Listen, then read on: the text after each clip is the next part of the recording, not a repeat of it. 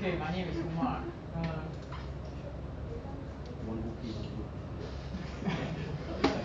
Okay, welcome to the round. This round will be recorded so future generations can learn from your amazing arguments. Says more about the cat though. Yeah, this is also a silent round. So after breaks, after we makan malam or breakfast, or you can ask for feedback. Okay, I invite the Prime Minister to begin when ready. What is going on?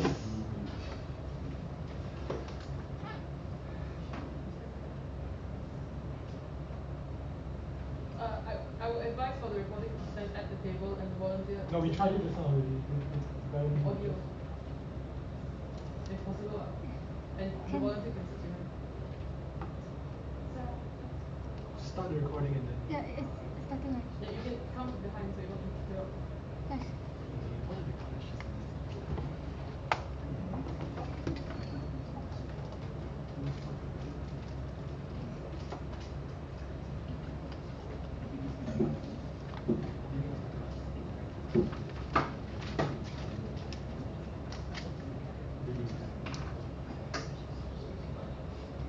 I'll be starting my speech in 3, 2, 1. I think non-human animals are just anything like from dogs to cows to whatever. Okay, I think sustained global economic growth looks like growing your economy in a sustainable way.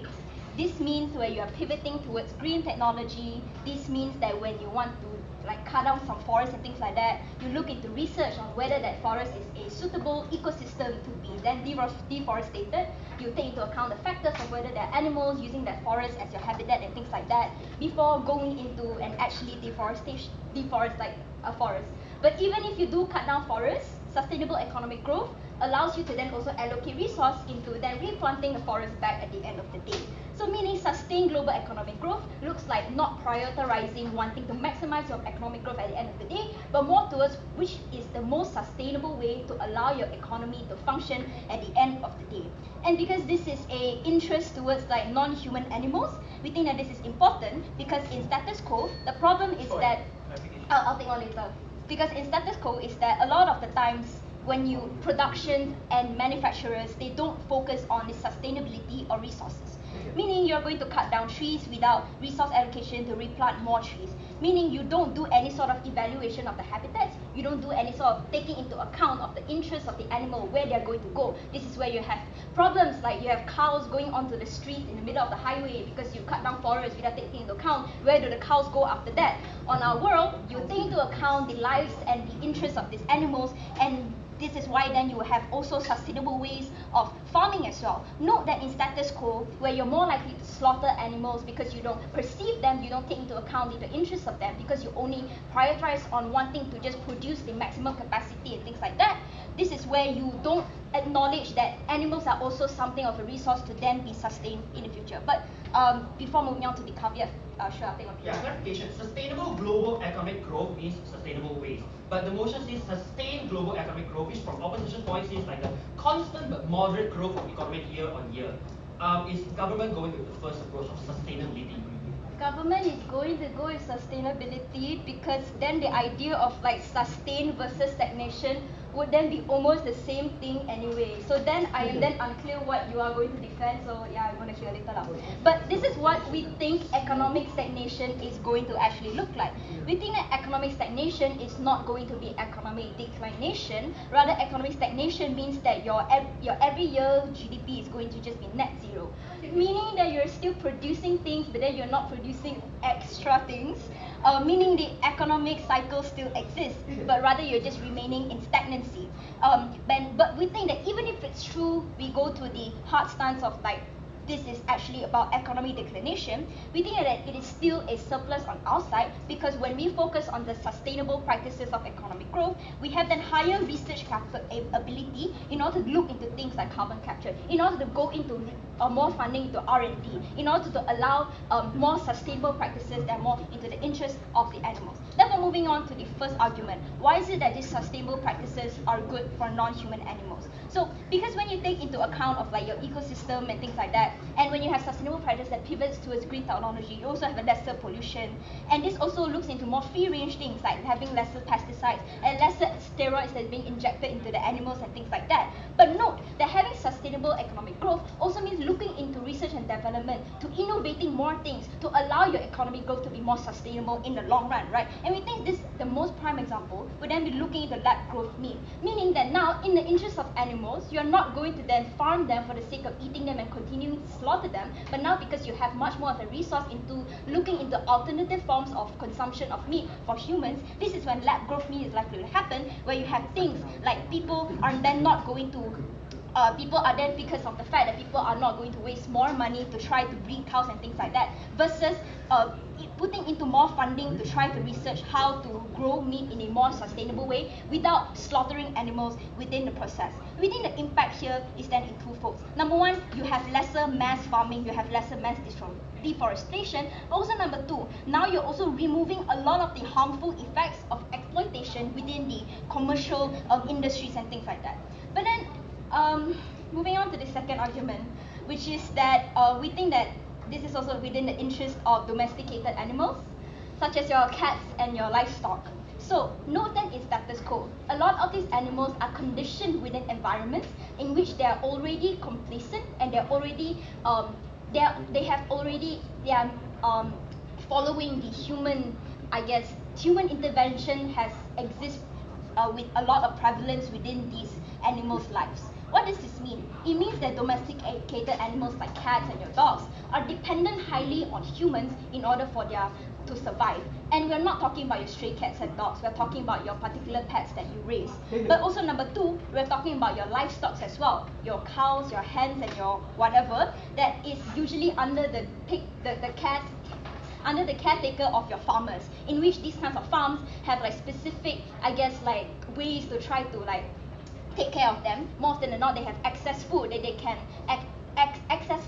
eat, and they have like specific domesticated infrastructures to try to raise them, right? We think that in a stagnated economy, where you have an increase of these kinds of animals that are continuously on the rise every day, and you do not have enough of an economic capacity to try to upkeep, because note that you do not also use sustainable practices to try to sustain your resources, we think that this then becomes the problem of having too many animals, number one, but also number two, you do not have enough of an economic capacity to try to actually take care of the animals in the best way possible. And because in a stagnated economy, where you would then try to then preserve your production rate every year, and you don't want to go into economic decline, this is when you will let go of the animals. And we think that animals suffer because of this, because of few things. Number one, when you let them go, because now your farm has not enough space for the growing number of cows every day, or you let them go because you now don't have enough money to buy enough dog canned food for your dogs and things like that, you let the animals out. We think that the impact here is twofold. Number one, you allow for animals to now lose out their habitat and to roam around the streets. And this is bad because now it becomes of the survival of the fittest. Because when you allow dogs to become stray dogs, especially if they were domesticated in the first place, you're allowing them, it is now to a race to the bottom.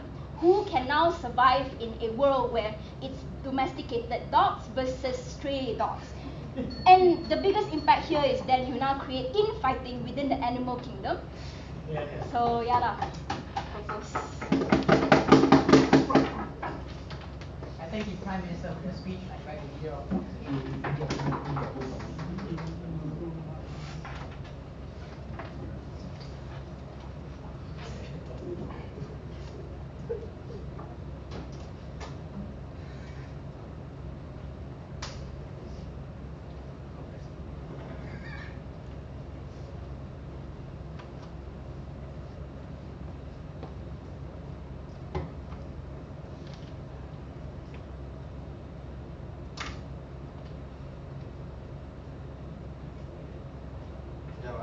Let me just look at the motion.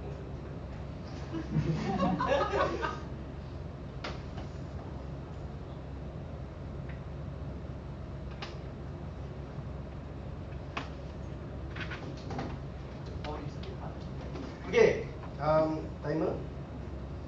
Okay, I'll start. Hello, I just checked.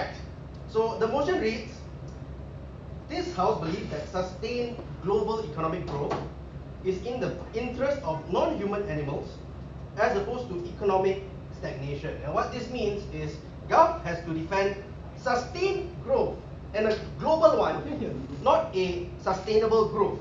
And what this means is it needs to be a growth that keeps on going, and it's a growth that keeps on going globally, which means that even your most developed countries that are scarce with space will also keep on growing, right? And what this means is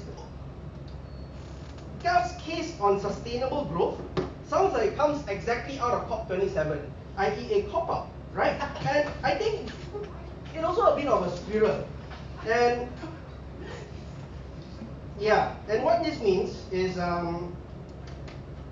are benefits of having less pollution, less deforestation, having more alternatives to meat, and the benefits to domesticated animals.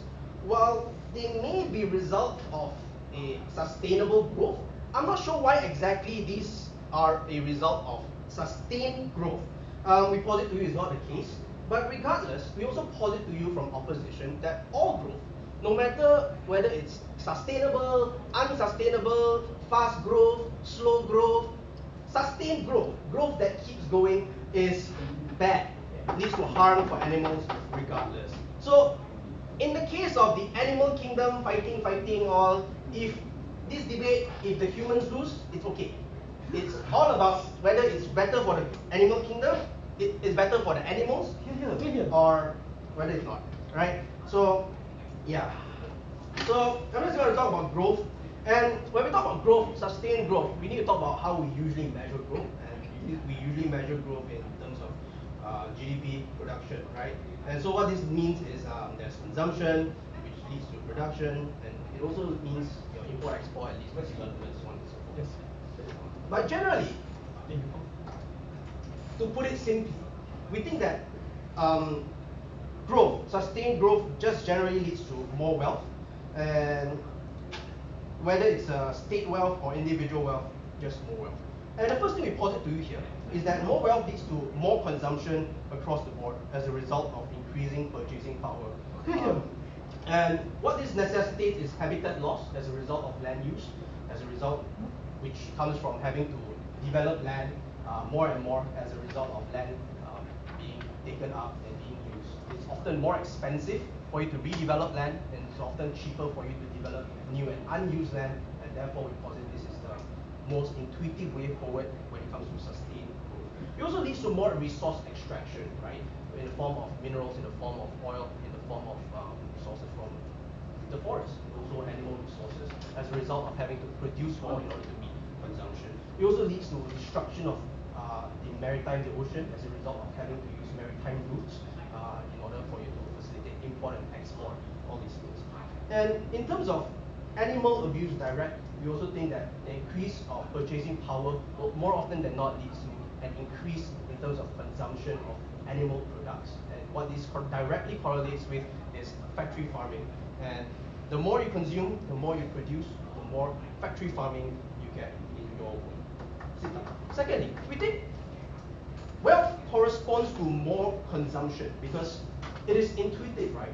When you come from a place of poverty, when you come from a place of need, the first thing you do when you get access to wealth and access to resources is to spend it, right? And so you will spend it when you do have it, right? And this means it's intuitive for you to spend. It also baked into norms as to expectations as to how you will behave at a point in which you have access to money. And so this also leads to more consumption, not just in terms of general consumption, but also in terms of consumption of animal products, right? If you think that the common norm is that, oh, you're eating vegetables because you're poor, and when you have more money, then switch to meat products. And this is also desires that are sold to them by narratives when they are in times of need. But thirdly, we think wealth does not lead to more animal rights or more awareness of animal rights, right? Firstly, we think it does not align with corporate incentives, right? Which is the primary driver of growth. We think, in fact, it often goes directly in conflict with corporate interests, right? Because the corporate interest is often to sell more, produce more, develop more land.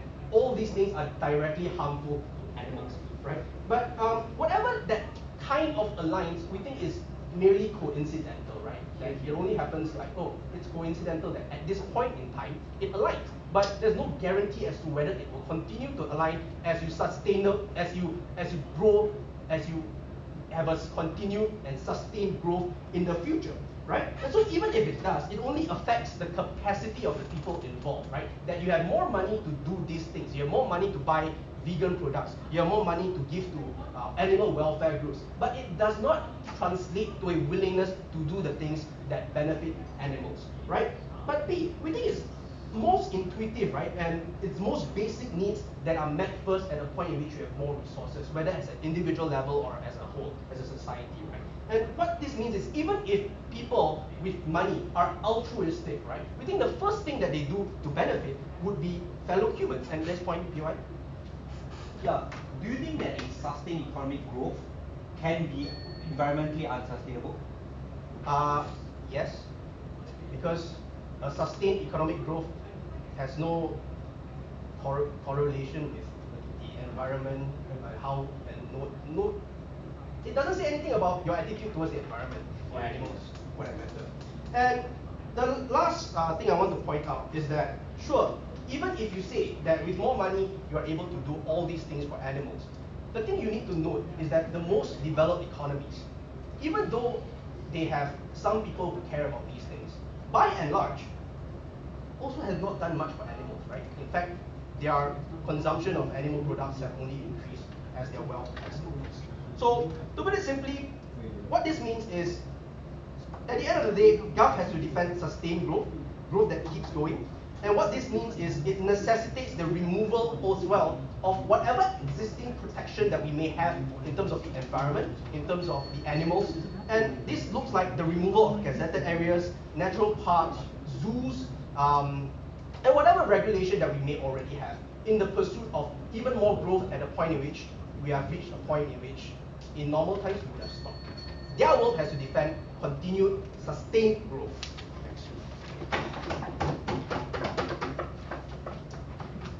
And thank you, leader of the opposition. I find it deputy prime minister.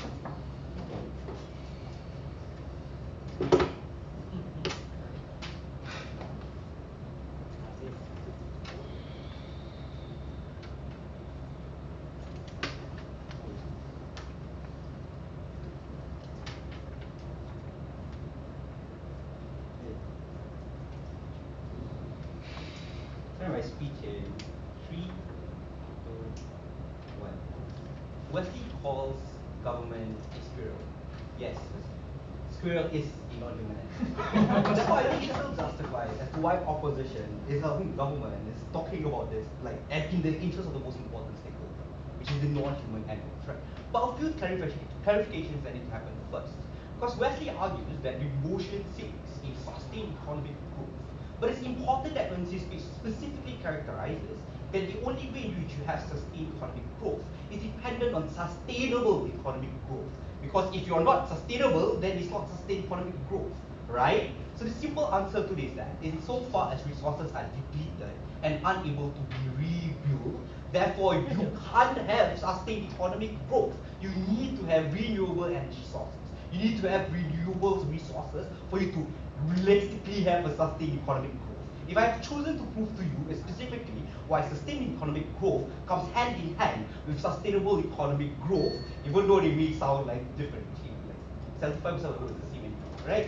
Then it proves to you that clearly only then can we move forward. This means that Wesley's speech did nothing to explain to you beyond saying that, oh, it cannot be sustainable, it's not sustainable. We proved to you why it needs to be sustainable. But secondly, let's talk about status quo. What's the current push when it comes to economic trends? Economic trends looks towards sustainable farming, looks towards making sure that your ingredients and resources you use within home cooking does not come from exploitative sources. This is how the economic trend is shifting towards. This means a large chunk of how you sustainably grow your economy is based upon how sustainable your farming practices are, how sustainable your resources are used and farmed, right? This directly means that a large chunk of the argumentation still stands insofar as sustainability is important. I think that was a small chunk of NC speech which was important. But second, I think this is important. Notice that they haven't responded to the bad lives that animals will face. because this is the most important stakeholder panel. Like, imagine the domesticated poodle that has to be released to the wild and faces the Rottweiler streets as a result of economic stagnation. This is unique argumentation. Because what does economic stagnation necessarily mean? Economic stagnation means two things. Number one, that the normal layman isn't able to grow their own financial situations. They are locked into positions where, for example, they're supposed to upskill and make sure that their animals can be fed well. This looks like farmers, this looks like pet owners, right? These are the individuals who have a direct obligation to those animals that they own. The moment where they're unable to feed those cows, they're unable to make sure that their cats are fed, more likely than not, these are the animals which will be left into the wild, into the streets, and forced to fight for their own food and survival, right? There is a point in time where you're literally pitting them one against another. This means it leads to, on the third level, and linking back to non-human animals, the problem of animal kingdom infighting. Now you look at cats and dogs fighting on the street because they need food. But before that, sure, go. Sustainable or sustained economic growth does not in any way imply equitable economic growth. For the past 50 years, all growth has been inequitable, with the rich getting richer, the poor getting poorer. Your poor dog owner is still going to be poor or poorer. I think it's safe to assume that even if there's some form of asymmetry in economic growth, we still think there is a holistic push towards it, right? Secondly, there's already trends towards calling out the inequality within economies. We believe that it's not our burden to prove to you that solving inequality in economies is most important. We think as long as we tell you that the trend is moving towards a somewhat positive direction, whether we're fine with that, whether it was something we can still defend. But the second layer to this is important, and this then ties into stagnant economies as well, right? What does stagnant economies look like for non-human animals as well? This most likely looks like a lesser incentive towards changing towards greener practices. I think this is extremely important because stagnant economies means there's lesser surplus for you to invest into things like research and development, there's lesser surplus for you to invest into green technology and things that will make life necessarily better. This also looks like, because ESG is seen necessarily as a luxury, that ESG are the first things to be dropped in a stagnant economy. Because the first thing that you do in a stagnant economy is to regain growth, is to make sure that you can sustain the lives of people within your country. This means that the things that are dropped first are your ESG, your R&D, your green tech, all those stuff. Your beyond meat just goes out the window.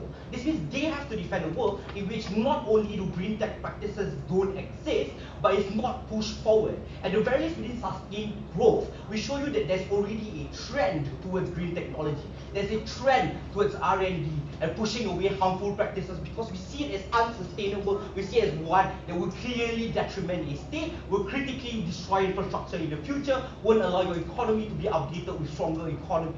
If we've proven to you sufficiently that there is a hand-in-hand mechanism when it comes to sustainability, when it comes to the lives of non-animals, when it comes to all those things, I think government clearly wins. But second layer to this, and why this also means things like unsustainable farming practices just go changing within our world, right? Because it's simple. That the existence of things like Beyond Meat, which are literally meat grown in labs, and you only exist the moment in time where lifestyle changes, where economy is able to grow. Because notice that evolution of human beings and the growth of human beings comes hand in hand with economy. They cannot say green tech exists. They cannot say progression because economies are stagnant. You can't see progression in stagnant economies. You see it within us. Even if they want to say it's slow, we think sustained growth leading into the correct direction is something we're necessarily okay with. Secondly here, is to understand what does this mean then for animals on the ground, back to the most important stakeholder, non-human animals, right? Because this also means that your cows that are being slaughtered in the name of meat become far less relevant when we're able to produce alternatives to those meat. When we're able to produce things like vegan meat or sustainable meat practices, or like for example just Beyond Meat, and be able to completely eradicate all form of farming and decrease slaughter, maybe not now, maybe in the next 20 years, something that at least we can see because it's a trend towards that. Opposition has to defend no trend. Opposition has to defend a stagnancy in which you don't get any development, in which green technology just doesn't exist. I think it's very simple what the comparative looks like here. The comparative is simple. They exist on a constant, right? It means they never change. What op has is a fluctuation. We're okay with losing some, winning some. But at the very least, so far as lead towards the direction, I think we're fine, I think we're good. For that, clearly, God. Alright, I think we can keep track instead of trying to tell you your proposition.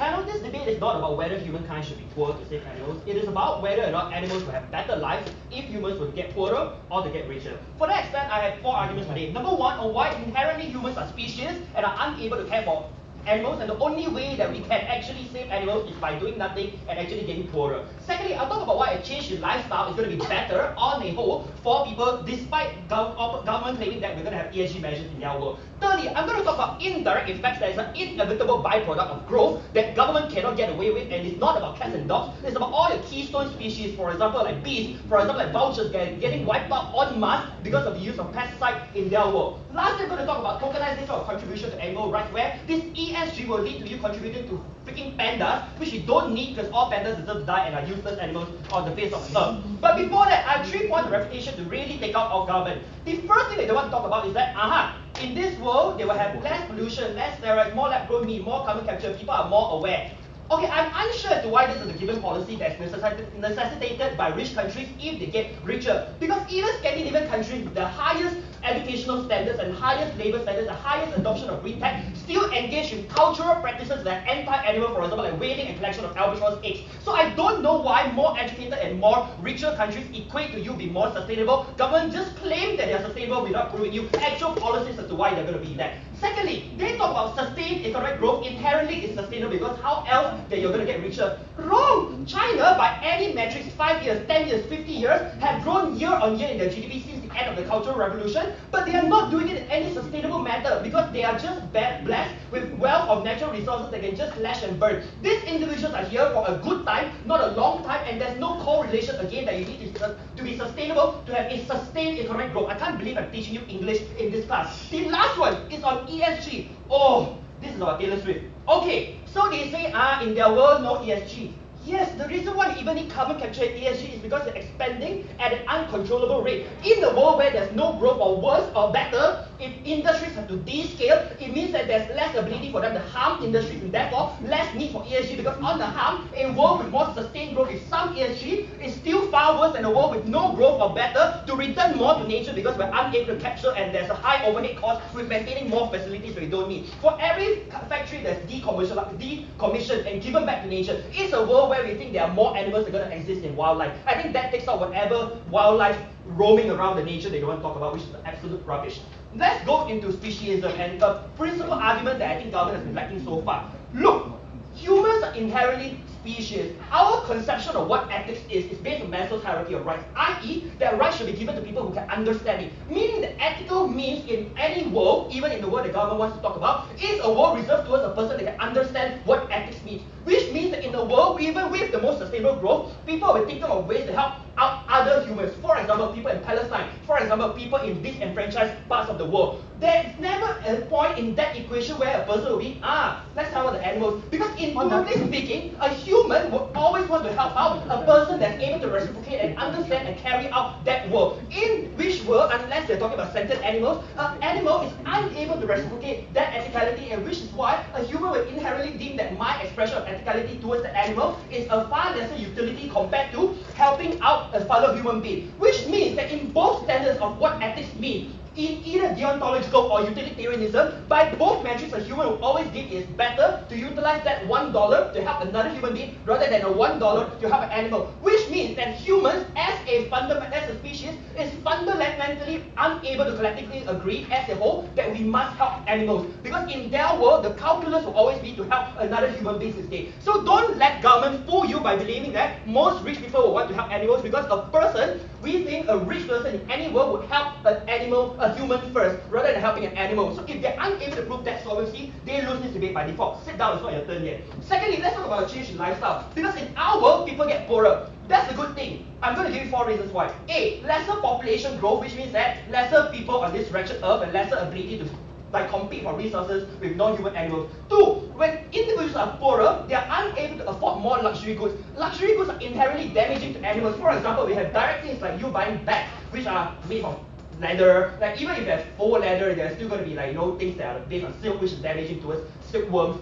But I think any world in the consumption-based world is going to be far worse. Why? Because the third reason is in our world, people have less money to spend on food, like basically delicious food, which are unfortunately most of the time meat-based. Which means that in the world where people have less money to spend on caviar, every caviar that people are not spending on is a sturgeon that's safe and can give birth to many, many population and future generation. So we think that in our world, lastly, people have more money to spend on plant-based food, which is inherently better because A, they're cheaper, 2, even if there are some harm towards animals because of farming, we think that it's far lesser compared to farming animals in order to eat them. But in both quantity as well as ethicality, for every less chicken that you eat, is one less chicken that has been slaughtered. So we think we win on that metric as well. Thirdly, let's talk about indirect effect. This is the most charitable towards government. Even if we agree that humans don't go on an animal species genocide, we think that every single thing that we do inherently has damage because of growth towards animals. A, when it comes to usage of pesticide, so whatever pesticide that you do has detrimental effect towards the people that harvest it. No, this debate is not about mammals, not cats and dogs. This debate is about on the scale how many animals are wiped out. So we think, for example, things like bees, things like vultures, things like even butterflies are getting wiped out en masse because fundamentally any GMO pesticide that people create, humans are just able to at both before launching it to public, test it on several animals like your monkeys, your rabbits, your rats, your humans, but are unable to test on every single effect like its implication on other animals, which means that somehow in the equation some animal will get hurt. 2, clearing of land, which I think Wes has covered. Thirdly, climate change. It is undeniable at this point that the human consumption, the human activity causes a rise in global temperature. That is inherently terrible for animals because every single rise in temperature will mean more marine livestock is wiped out and there are less ability for them to stay in habitats that are favorable to them. Fourthly, industrialization also causes pollution on both the local and the international scale, so we think that is bad as well. But lastly, energy generation is the hallmark of sustained growth, which means that even at best, when they have renewable energy, that requires you clearing out land in order to build these items. For example, your cleanest of the cleanest energy, your windmills, still kill birds every single time because for some freaking reason, they like to have it along coastlines where birds make migration. So we think that that is ultimately going to be far worse off for these animals. Lastly, before I go off, tokenization of animal rights, because in their world, when people think that they are doing enough, they're starting to donate to WWF, which for some fucking reason, I'm sorry, only help out pandas, which is really an animal that deserves to go extinct because they are only cute but are unable to breed, unable to eat, and I don't know why they exist. For all those reasons, I think we should fight for animals. I think it's empty of your position as like government.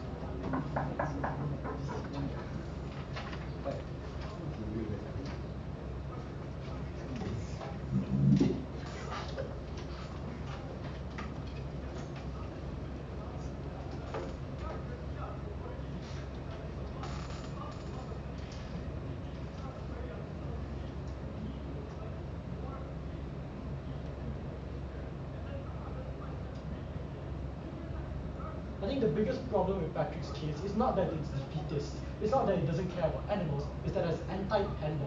I think it being anti-panda is the biggest problem. And as a cute, even if they are kind of stupid and roll around, they still deserve to be protected. Which means Patrick's case being anti-panda just simply loses in the debate, right? But beyond that, I think there's a lot of issues as to why sustainability is a given in this debate, and why necessarily this entire discussion about how opposition premises their attacks on sustainability doesn't make sense. And I'll get into that a bit later. I'll get into a couple of extraneous rebuttals, then I'll talk about sustainability and why this shouldn't be as big of an issue in the debate as it should be. And then I'll talk to you about individual owners of animals, why taking care of animals and not letting the animal kingdom fight each other is a good thing, right? Okay, let's talk about extraneous rebuttals first. 3 things here. First, Calvin comes out and points out that growth does not mean equitable. I think there's very many responses to this. Number one, science says it's probably holistic growth, so even if it's not completely equitable, society is shifting as a whole mechanism, so it's probably some level of equitability that does go down. Number 2, there are already trends towards equitability, that people are becoming more equitable in terms of income distribution. But number 3, let's look at the comparative then. If your statement is that equitability is not always in growth, then I'm unsure why equitability occurs in stagnation, right? It is likely worse when inequitability is entrenched by the absence of growth. That means there is no incentive to actually be equitable because there's no incentive to pay your workers more because your company isn't getting more money. There's no incentive to have higher minimum wages because there is no growth, so there's no push towards this kind of thing and no political capital. So I'm unsure why equitability is a thing. Secondly, A lot of Patrick's speech sounds like their case is about descaling. So I'm going to put what Wes said, as I'm Wes as well. We're going to read the motion, and I'm pretty sure it says stagnation, not descaling. So insofar as these things aren't the same, I'm unsure as to why you descale. It's probably just you having the same GDP, having no increased consumption, but still having levels of consumption, still having levels of deforestation, still having levels of pollution on your side, which will bring me back to my thing about sustainability later. But third, and this is entire Patrick's rant about speciesism, right? He claims that as long as the Palestinian war is going on, THBT should shut down because animal rights do not matter. As long as the war in Ukraine goes on, I should not buy dog food and donate to Ukraine and let my dogs die. Like, that's the logic of species. Insofar as this intuitively just isn't true, we rather buy food for our pets rather than donate to Palestine, which sounds bad, but like it's things humans do. I'm unclear as to why this species narrative is true, right? But even if it was true, it is far worse on your side. Because he argues that because we are speciesists, and therefore at the point at which we don't have consumption, we will cut down on caviar. But I think the very reason where, because we are species, if it is true, is the reason why you're not going to cut down on caviar, you're only going to cut down on your dog, you're only going to let them go out into the wild, right? Because if we're species, therefore animal is meant as food for me, therefore the consumption doesn't cut in that aspect, it cuts on lesser dog food, lesser premium quality animal control, lesser 5-star hotels for my dog when I go on vacation. That is where the consumption gets cut down at the point in which you have a stagnant economy. Sit. Let's talk about sustainable growth. This is really weird, right? Because if you notice every single attack from the side of opposition that comes in sustainable growth, on the worst case, it's symmetrical on both sides. Because in your stagnation of economy, maybe you don't get more taking up of land, but I'm unsure why you're not equally polluting, equally deforesting, and consuming at a level which is already bad and current.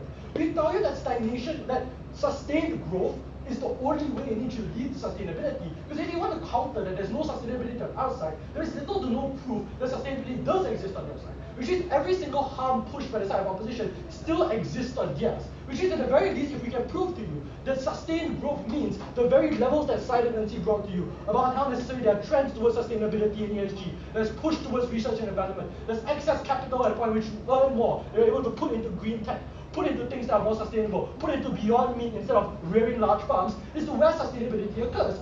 Absent of growth, you have to prove why sustainability exists. Insofar as it doesn't happen, all of the harm still materialize on their side. It means they're still killing animals, they're still doing bad. That means on the worst side it's a wash. Therefore, that's why the uniqueness of our case, which is about the consumption and how increased consumption means better lives for animals, better pet food, better forms of care, more free-range styles of treatment, is something that's unique. Because if sustainability is a wash, either neither side gets it or both sides gets it, it is only on the side of government we do give you an additional level of benefit which they are unable to purely take down. Let's talk about that additional level of benefit. But before that, I'll take anything on sustainability.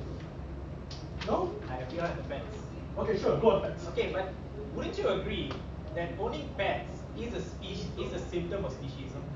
Yeah, but then you own pets on both sides of the house, so I'm unclear why on your side, when we are less, I don't get it. Yeah, it is a symptom of speciesism, but at least on our side, we treat this speciesism better. It's like, okay, I'm going to make a slavery analogy. So I thought about making a slavery analogy, I'm going to take it back. I'm not going to make a slavery analogy. I don't want to get again. Okay. Let's talk about individual owners to animals. Let's talk about individual owners to animals. 3 things here. Number 1, current caring for domestic animals. At the point at which consumption rises, you are better able to cater to the current domestic animals you have. When individuals do consume more, at the point at which you grow economy, we agree. They're more money to spend on luxury goods. What is a luxury good? A fucking goldfish, a dog, a bird, I don't know, a lizard. I'm just naming things people have. Like, these are types of animals which are more likely to spend on because they're cute and they keep company. Heck, if humanity possesses to such a rate in which we are better able to care for domestic animals, we also means that we're making them more. I know somebody who bought a fucking gecko cage instead of a bed in order to sleep there. Like, these are things that we do when we have disposable income. And it only happens when it's there. So the stakeholder debate is non-human animals, then arguably at a point at which consumption is higher and therefore resources are more, people have more resources, it's more likely they're able to spend consumption outside. So even if both sides are species, I'm unclear as to why animals live better lives on their side, we talk about domestics. But secondly, we're better able to get more animals. So the point at which I have more money, maybe I want a second dog, maybe I want a second bird, maybe I want a second panda, I don't know. Okay, this is the time at which you have it more, so you have less strays, less animal welfare. They talk about charity, like tokenistic donation to animal welfare. Good, we eradicate animal welfare because we adopt more animals. It's simple math, right? Finally, Reduced disposable income means less care. Let's look at the comparative. At a point in which you have limited levels of consumption and limited levels of disposable income, this often looks like you cutting down on these kinds of luxury items, which means you go to the carnival with all the animals, and therefore you don't pay for their food. You don't buy a lot of you don't buy a lot of free-range meat. It means you're not supporting farming methods that are more humane. You're not buying premium dog food. You're probably buying the shitty things in KK Mart at the bottom and give it to your dog. And these are probably instances in which animals are more impacted on their side of the house. The comparative is simple. We provide better living standards for these animals, even if sustainability is a wash. We're so proud to propose. Alright, thank you, government whip, and by the opposition.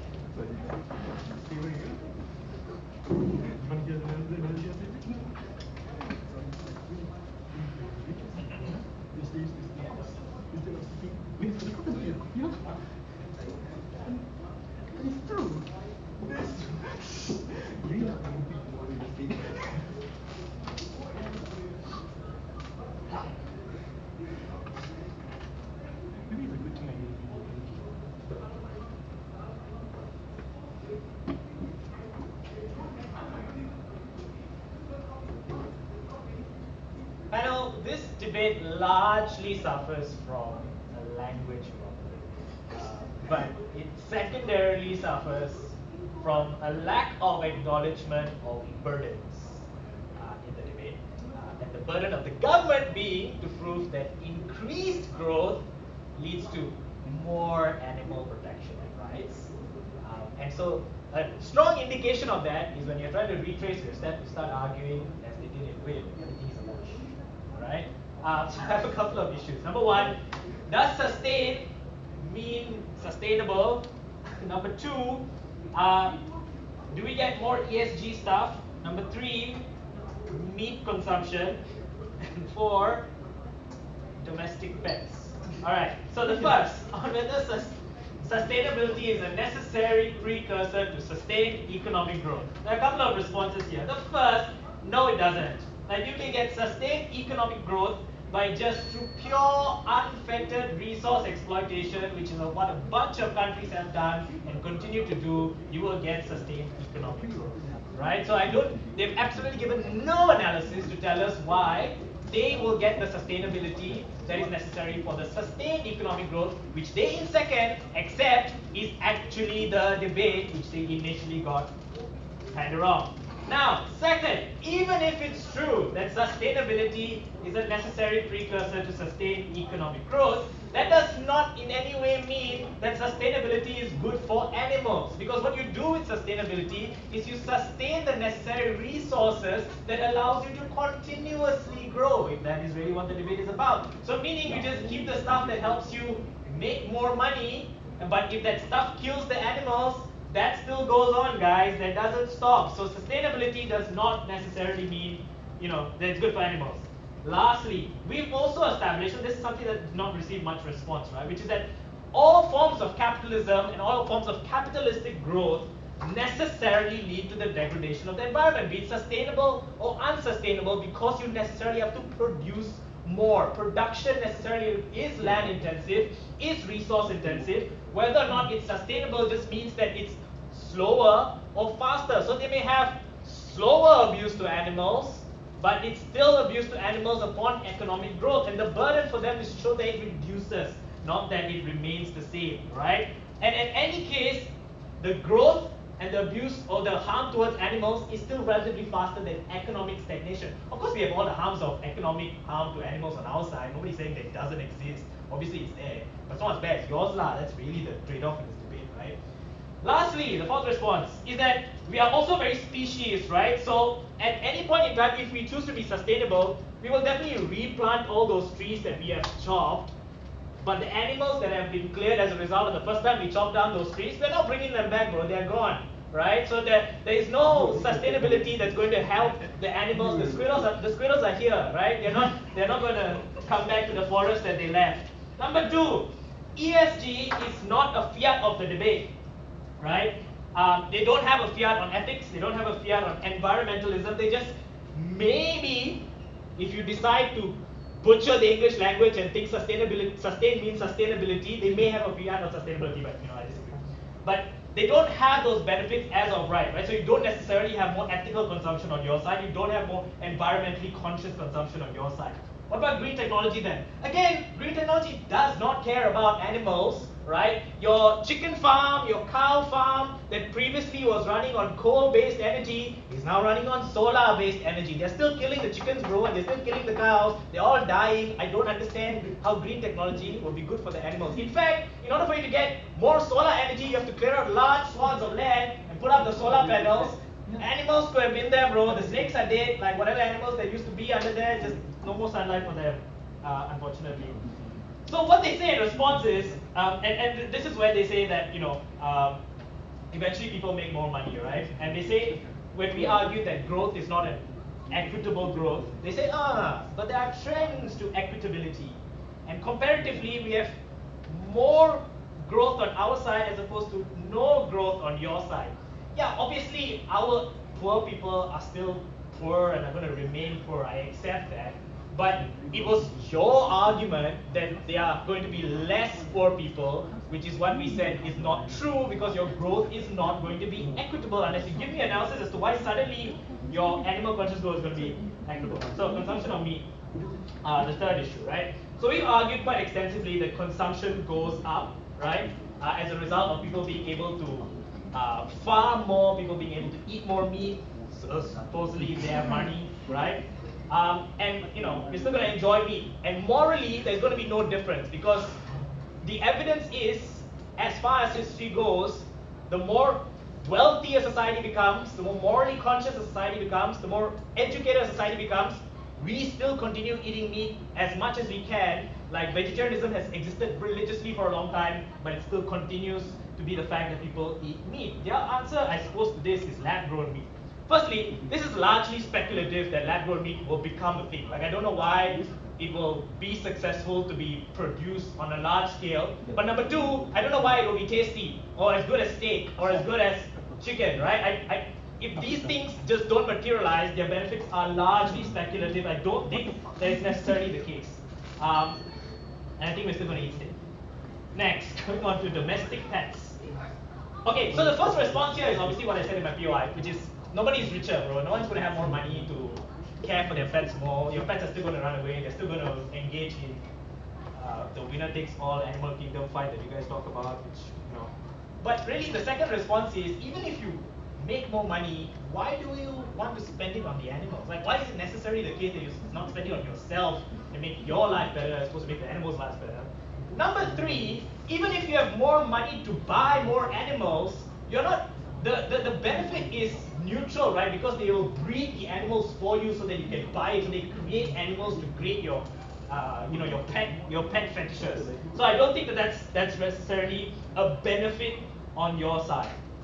Lastly, do we have? Oh, sorry, I don't know what this says. But our case is necessarily this, right? At the end of the day, the comparative is, as a result of economic growth, be it state, sustainable, unsustainable, or whatever, you develop more land, you build more land-intensive energy infrastructure, climate change rapidly increases, and all of this is really bad for animals. For all those reasons, we're happy to. Thank you, opposition. Recommended by the opposition replies. That's something great, right?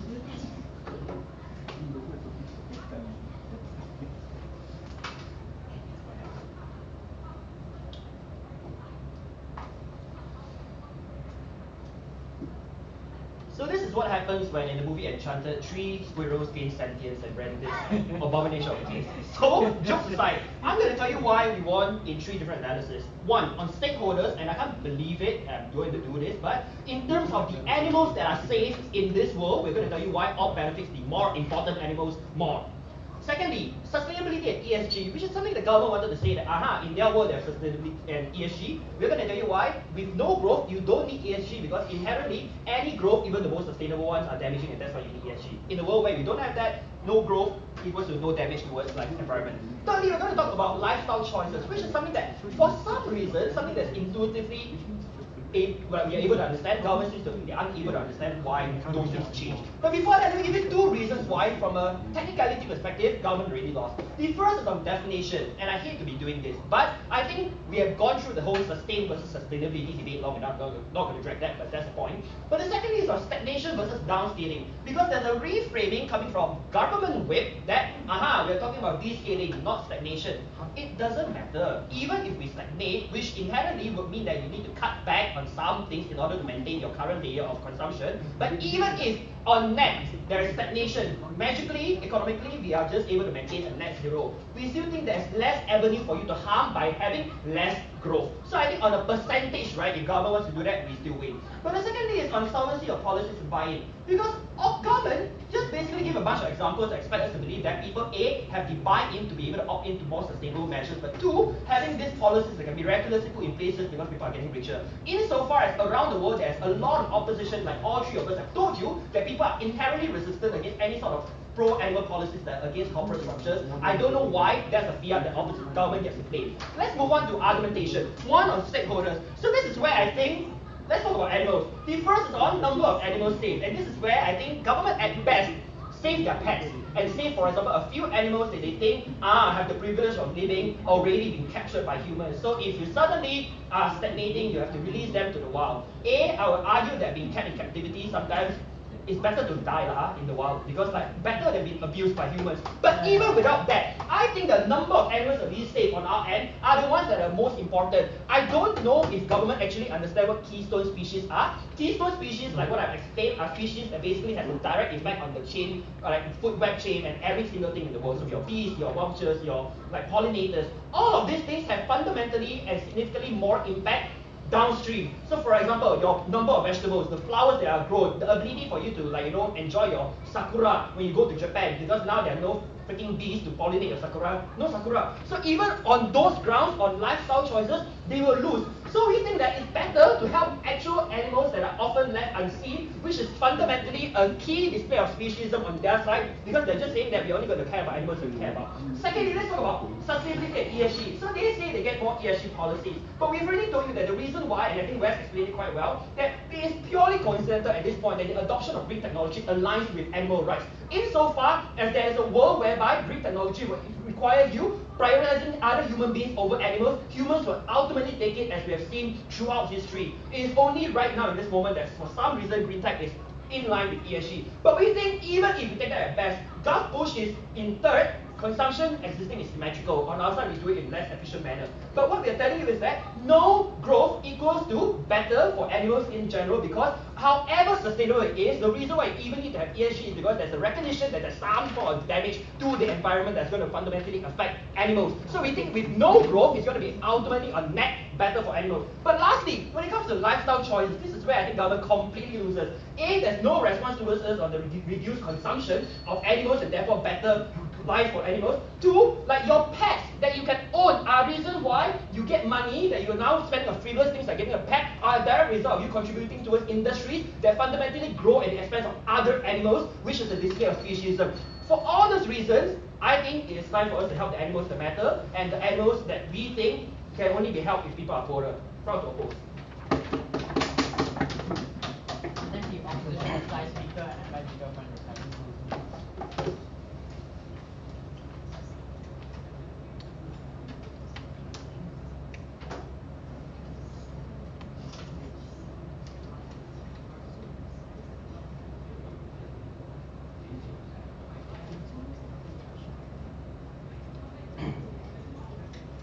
Starting my speech in 3, 2, 1. As Patrick calls us the sentient squirrels, there will never be a case more accurate than the lived experiences of the sentient squirrels of government, right?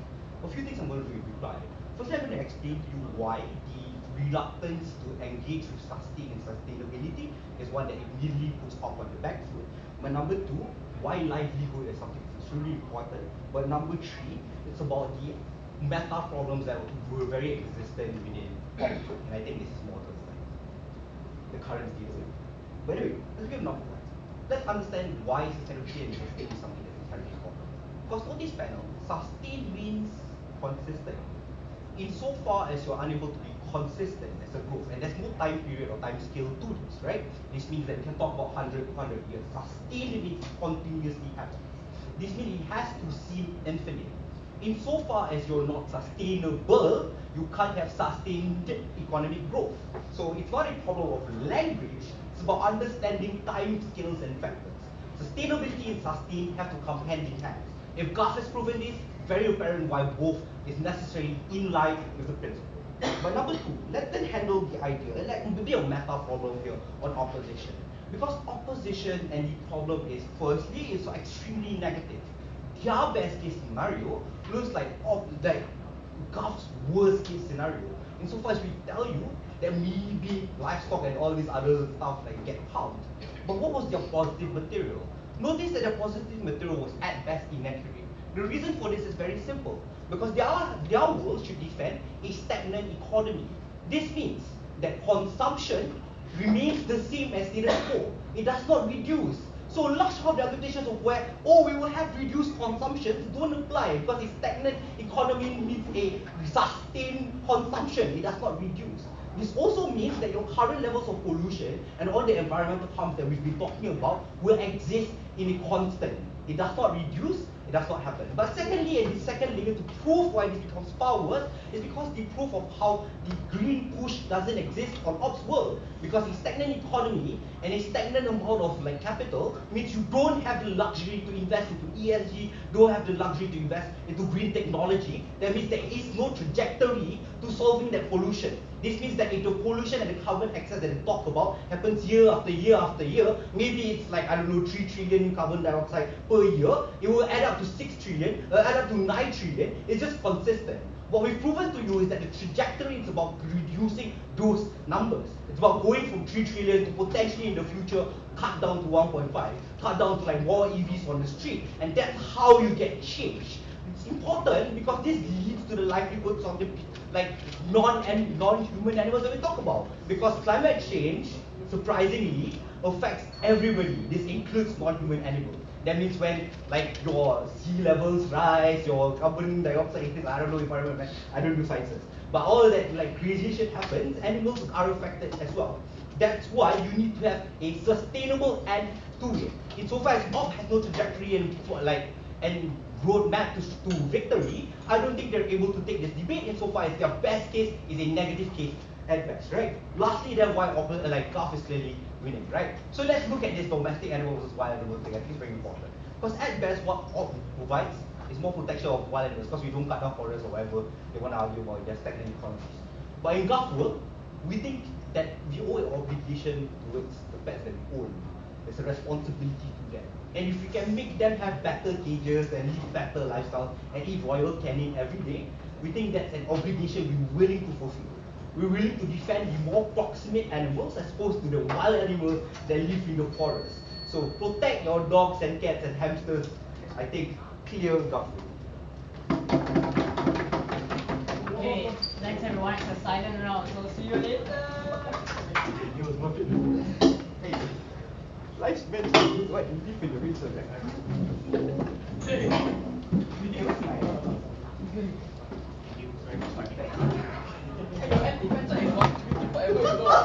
Okay, so get one that's fast to be known. Thank you. Thank you. Oh, your wallet. That's so dumb. Where's? Exactly.